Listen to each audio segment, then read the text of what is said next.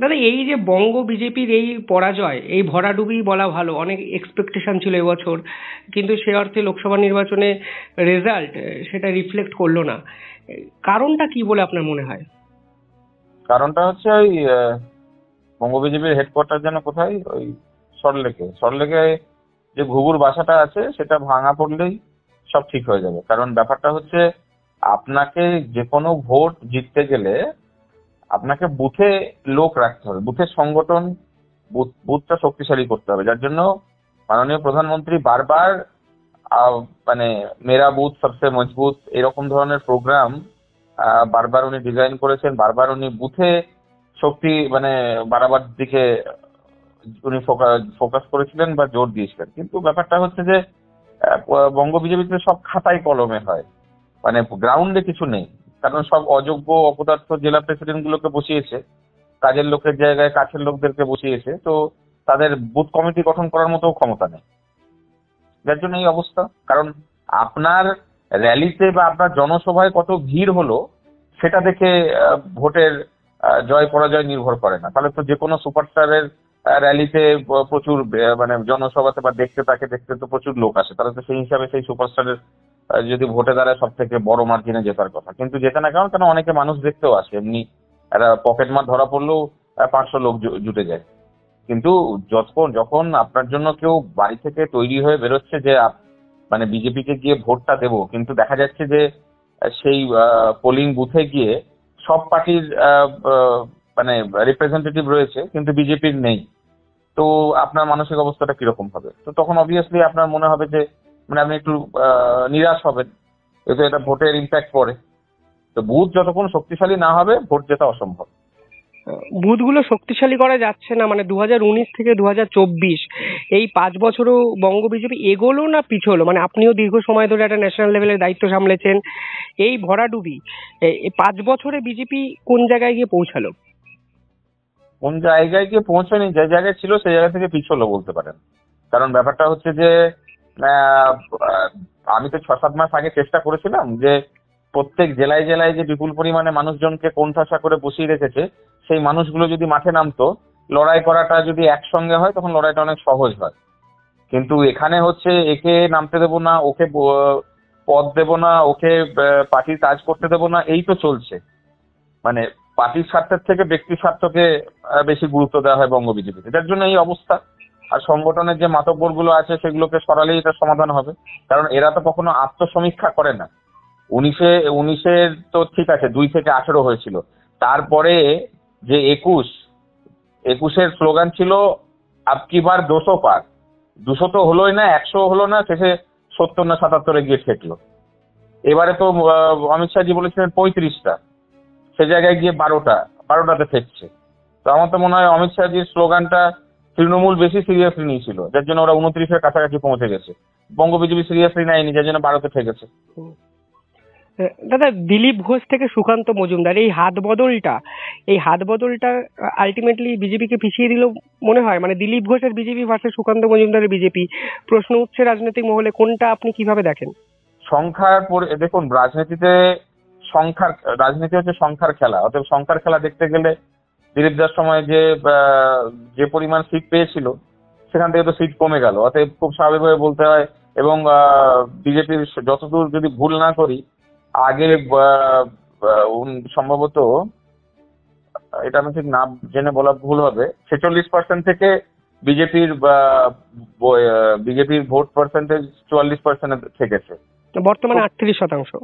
38% তো কমেছে।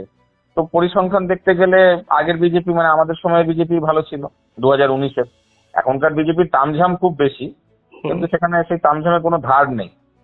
আমরা 2019-এ যখন যারা প্রথমের দিকে আমি, সৌমিত্র বা যারা ছিল, হ্যাঁ, সেই সময় আমরা কিন্তু চুপচাপ কাজ করে যেতাম, এত তামঝাম করতাম না। এখনকার তামঝাম ডায়লগ বাজি অনেক বেশি, কিন্তু রেজাল্টের সময় লবডঙ্কা। দাদা, একাধিক প্রার্থী নিয়ে বিভিন্ন জায়গায় বিক্ষোভ হয়েছে। দিলীপ ঘোষের মতো ক্যান্ডিডেটের যেটা ক্যান্ডিডেটের কেন্দ্র বদল হয়েছে, আপনার কি মনে হয় এটা ভোটে কোথাও গিয়ে রিফ্লেক্ট হয়েছে? অবশ্যই, কারণ আপনাকে যখন একটা নিয়ম আছে যে খেলার সময় কোনো একটা খেলা বা যে কোনো জিনিসের উইনিং কম্বিনেশন কখনো চেঞ্জ হয় না। যখন আমরা ক্রিকেট খেলা দেখি, যে টিমটা জিতে আসে আগের ম্যাচে সেই টিমটা পরে অন্তত সেই টিমে কোনো পরিবর্তন করা হয় না। তো এখানে যে যেখান থেকে জিতে এসছে তাকে সেখানে না দিয়ে অন্য জায়গায় তাকে পাঠিয়ে দেওয়া, তার মানে হতে পারে যে এক হচ্ছে যে মানে এক কথায় মানে কি বলবো, একটা হুইমজিক্যাল ডিসিশন। মানে মানুষ তো ভোটটা দেবে, অতএব যেখানকার মানুষ যাকে চেনে, যার কাজ দেখেছে তাকে সেই জায়গায় দিলেই তো হয়। এখানকার প্রার্থী ওখানকার প্রার্থী, এখানে এত স্বেচ্ছাচারিতা এবং ওভার কনফিডেন্সের কি মানে, যেখানে যাকে খুশি প্রার্থী দিয়ে দিলে জিতে যাবে। এখানে তো তাই বোঝাচ্ছে, মনে হয় না এত ওভার কনফিডেন্স হয়ে গেছিল যে সাব ব্যাংক যে কোনো জায়গায় যাকে দিলেই আর কি জিতে যাবে। তো এটার ফল ভুগছে এখন, যোগ্য প্রার্থী না দিলে যা হয়। দাদা, আপনার নিজের যেখানে ক্যান্ডিডেট আপনি হয়েছিলেন এবং জিতেছিলেন, সেখানে আপনার বিরুদ্ধে দলবিরোধী কাজ করার জন্য একাধিকভাবে ভূষিত হতে হয়েছে। পৌষ মেলা থেকে শুরু করে একাধিক ক্ষেত্রে ফেসবুক পোস্টে বিতর্ক হয়েছে। আজ যখন রেজাল্ট বেরালো, আপনার কেন্দ্রে বঙ্গ বিজেপির বা বিজেপির দুর্দশা দেখলে আপনার কেমন লাগছে? খুব মনে শান্তি হচ্ছে, কারণ যে কথাগুলো 6-7 মাস আগে বলেছিলাম তখন ওদের খুব গায়ে লেগেছিল। তখন সব ধান্দাবাজ, চিটিংবাজ, সেটিংবাজ গুলো, দুর্নীতিগ্রস্ত গুলো এক হয়ে আমাকে সরিয়েছিল। এখন যখন আমার কথাগুলো মিলছে অক্ষরে অক্ষরে যে একসঙ্গে লড়াই করা উচিত ছিল, আমি যে 7-8টা ডিস্ট্রিক্টে গেছিলাম সেখানে আমি দেখেছিলাম প্রচুর পরিমাণে মানুষ বসে রয়েছে, যারা পুরনো কর্মী, আদি কর্মী, সৎ কর্মী। এখনকার মতো এই তৃণমূলের সঙ্গে সেটিং করে চলা জেলা সভাপতি বা মানে পদাধিকারী নয়। সেই মানুষগুলোকে চেয়েছিলাম মাঠে নামাতে। তখন এদের মানে হাটে হাড়ি ভেঙে যাবে বলে তড়িঘড়ি করে মানে সব ধান্দাবাজ এবং দুর্নীতিগ্রস্ত গুলো এক হয়ে দিল্লিতে কমপ্লেন করে আমাকে সরিয়েছিল। এখন যখন সেই 7-8 মাস আগের বলা কথাগুলো মিলেছে ভোটের সময়, মানে বঙ্গ বিজেপির দুর্গতি দেখে, তো অবভিয়াসলি একটা তো স্যাটিসফ্যাকশন হবেই, যখন মানুষজন মানে গত 3 দিন ধরে প্রচুর ফোন পাচ্ছি যে দাদা আপনি যে কথাগুলো বলেছিলেন অক্ষরে অক্ষরে বিজেপি, বঙ্গ বিজেপি সেটা বুঝতে পারছে, হারে হারে টের পাচ্ছে। হয়তো স্বীকার করবে না, কিন্তু রেজাল্ট স্বীকার না করে উপায় নেই, 18 থেকে 12টা হয়ে গেছে। তো ফলে অবভিয়াসলি এটা স্যাটিসফ্যাকশনের জায়গা। অন্তত কেন্দ্রীয় বিজেপি, কেন্দ্রীয় নেতৃত্ব কোথাও না কোথাও হলেও বুঝবেন যে 7-8 মাস আগে যে প্রয়াসটা চালাতে গেছিলাম সেটা যে কতটা ফলপ্রসূ হতো, এই রেজাল্টে ভরাডুবি দেখলে সেটা নিশ্চয়ই প্রমাণ হবে। তো ভালো লাগছে, লোকজনের ফোন পাচ্ছি যে আপনার মানে আপনার যে উদ্দেশ্য ছিল তখন দল বিরোধী বলে এরা বহু রকম তকমা লাগিয়ে আপনাকে কোণঠাসা করেছিল, পদ থেকে সরিয়ে দিয়েছিল, কিন্তু আলটিমেটলি আপনার কথাগুলোই মিললো। তো ভালো লাগছে, তো ভালো, মানে খুব স্যাটিসফাইড। দাদা, আপনাকে যে বহিষ্কারের চিঠিটা সামাজিক মাধ্যমে এসেছিল, দেখা যাচ্ছে কেন্দ্রীয় নেতৃত্ব দ্বারা আপনি বহিষ্কৃত হয়েছিলেন, বিকজ আপনি একটা সর্বভারতীয় একটা পদ অলংকৃত করেছিলেন। আপনার বিরুদ্ধে কি ভুল বোঝাইছিল কারা? মানে বঙ্গ বিজেপি থেকে এই কাজটা হয়েছিল বলে আপনার মনে হয়? প্রথম কথা হচ্ছে বহিষ্কৃত করেনি, পদ থেকে সরানো হয়েছিল, অপসারণ হয়েছিল। বহিষ্কৃত মানে দল থেকে বাদ পড়ে যাবে, ফলে আমারটা যেটা হয়েছিল পদ থেকে অপসারণ। আর এই যে সমস্ত ধান্দাবাজ গুলো বঙ্গ বিজেপির সংগঠন চালাচ্ছে, যাদের মানে দুর্নীতি এবং দুর্বলতা হাতে কলমে বা একেবারে হাতে নাতে ধরেছিলাম, তাদেরই আমাকে নিয়ে বেশি মাথা ব্যথা শুরু হয়েছিল। কারণ আমি যদি আরো কয়েকটা ডিস্ট্রিক্টে যেতাম, বঙ্গ বিজেপির সংগঠনের কি দুর্বলতা সেগুলো আমার চোখের সামনে চলে আসতো, আমি আবার কেন্দ্রকে রিপোর্ট না করে দিই, এই ভয়ে এরা থাকতো। যার কারণে তড়িঘড়ি এরা সব একজোট হয়ে কেন্দ্রকে ভুলভাল বুঝিয়ে আমাকে সরিয়েছিল। তো সেটার ফল ভুগছে বঙ্গ বিজেপি। দাদা, শুভেন্দু অধিকারী নেতৃত্ব এবং বা শুভেন্দু অধিকারী বনাম সুকান্ত মজুমদারের একটা দ্বৈরথ এই বিজেপি নেতৃত্ব দেওয়াকে কেন্দ্র করে বিভিন্ন জায়গায় শোনা যায়। এই বিষয়টা নিয়ে আপনি কিভাবে দেখেন? আমি দিল্লিতে থাকি, শুনেছি যে দুজনের মধ্যে রেষারেষি খাওয়াখাওয়ি আছে। ডিটেলস বলতে পারবো না, কারণ ওইটুকুই শুনেছি, এর বাইরে কিছু না। দাদা, তৃণমূলের ট্রান্সফরমেশনটা কিভাবে দেখেন? মানে এত কিছুর পরেও 46% ভোট তৃণমূল পায় এই বাংলা থেকে, ফলে এই মমতা থেকে অভিষেক, এই ট্রান্সফরমেশনটা আপনি তৃণমূলের কিভাবে দেখেন? কারণ আপনি তৃণমূলকেও খুব কাছ থেকে দেখেছেন একটা সময়। তৃণমূলের মধ্যে একটা জিনিস রয়েছে কি, তৃণমূল জানে বুথ কিভাবে শক্তিশালী করতে হয়। আমাদের এত মানে ওয়ার্কশপ হয়, কেন্দ্রীয় নেতৃত্ব এতবার বলার পরও বঙ্গ বিজেপি জেগে ঘুমায়। এবার জেগে ঘুমানো মানুষকে তো জাগানো যায় না, কিন্তু তৃণমূলের একটা জিনিস রয়েছে যে বুথে যেন লোক থাকে, সেই ব্যবস্থাটা ওরা খুব মানে ভোট শুরুর 2 মাস 3 মাস আগে থেকে খুব অর্গানাইজ ওয়েতে, সিস্টেমেটিক ওয়েতে করে, যে বুথ যেন ফাঁকা না যায়। তো যার জন্য তারা ফল পেয়েছে। আর যে কোনো ভোটের, যে কোনো ইলেকশনের শেষ কথা হচ্ছে বুথ, যেখানে গিয়ে মানুষ ভোটটা দেবে। তো সেটাই যদি খালি থাকে, আপনাদের এত কষ্ট করে জনসভা র্যালি করার তো কোনো মানে হয় না। তো যার জন্য তৃণমূল সেটা সেই হোমওয়ার্কটা করেছে, তৃণমূল ফল পেয়েছে, যার জন্য তৃণমূলের রেজাল্ট এরকম।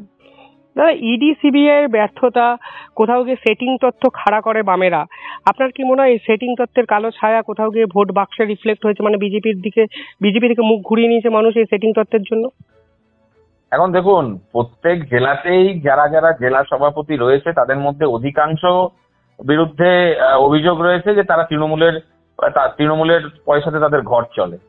তো এরকম যদি অবস্থা হয়, এবং এটা আমি বলছি না, সেটা সোশ্যাল মিডিয়াতে একটু চোখ রাখলে আপনি দেখতে পাবেন যে যতগুলো জেলা সভাপতি রয়েছে তাদের মধ্যে অধিকাংশরই ওই তৃণমূলের সঙ্গে আঁতাত করে তাদের ঘর চলে, তাদের ফিনান্সিয়াল, তাদের যদি অর্থনৈতিক অবস্থা দেখেন, তারা গত 2-3 বছরে একবারে চচ্চর করে মানে ধন সম্পত্তির অধিকারী হয়েছে। তো ফলে এখান থেকে প্রমাণ হচ্ছে এটাই যে যদি আপনি কারোর কাছে দায়বদ্ধ থাকেন অর্থনৈতিকভাবে, তো আপনি তো তার বিরুদ্ধে লড়বেন কি করে?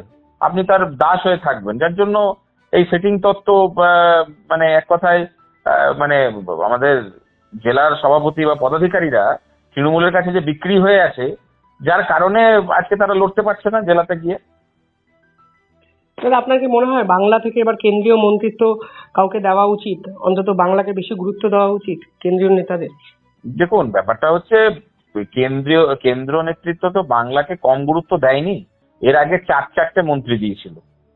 তো বাংলার প্রতি কেন্দ্রের একটা মানে সবসময় একটা আলাদা ফোকাস রয়েছে যে শ্যামাপ্রসাদ মুখার্জির রাজ্য, এই রাজ্যে অন্তত বিজেপিকে ক্ষমতায় আনতে হবে। কিন্তু এত চেষ্টা সত্ত্বেও, এত ফোকাস দেওয়া সত্ত্বেও, এতবার এতগুলো মন্ত্রী দেওয়া সত্ত্বেও বাংলায় যে মানে বিজেপি ক্ষমতায় আসতে পারছে না, এটা একটা বড় হতাশা কেন্দ্রীয় নেতৃত্বে। কিন্তু আগামী দিনেও আমার দৃঢ় বিশ্বাস যে বাংলাকে মানে যারা যারা এমপি হয়েছেন এবারে, তাদের মধ্যে সিনিয়রিটি বেসিসে যারা সিনিয়র এমপি তাদেরকে মন্ত্রিত্ব দিতেই পারেন, এতে অবাক হওয়ার কিছু নেই। কারণ বাংলা একটা সবসময় আলাদা ফোকাসে থাকে। 2026 একদম সামনে, 1.5-2 বছর সময়, রেমেডি কি? এখান থেকে বিজেপির পুনরুত্থান কিভাবে সম্ভব বলে আপনার মনে হয়? প্রথম কথা হচ্ছে ওই বললাম যে সল্টলেকের ওই ঘুঘুর বাসাটা ভাঙতে হবে আর বুথকে শক্তিশালী করতে হবে। এই দুটো হলে তবেই রেমেডি সম্ভব। আর তা না হলে মানে এই যে চলছে, এই যদি চলতে থাকে, মানে 18 থেকে 12 হয়েছে, 12 থেকে 2 হয়ে যাবে।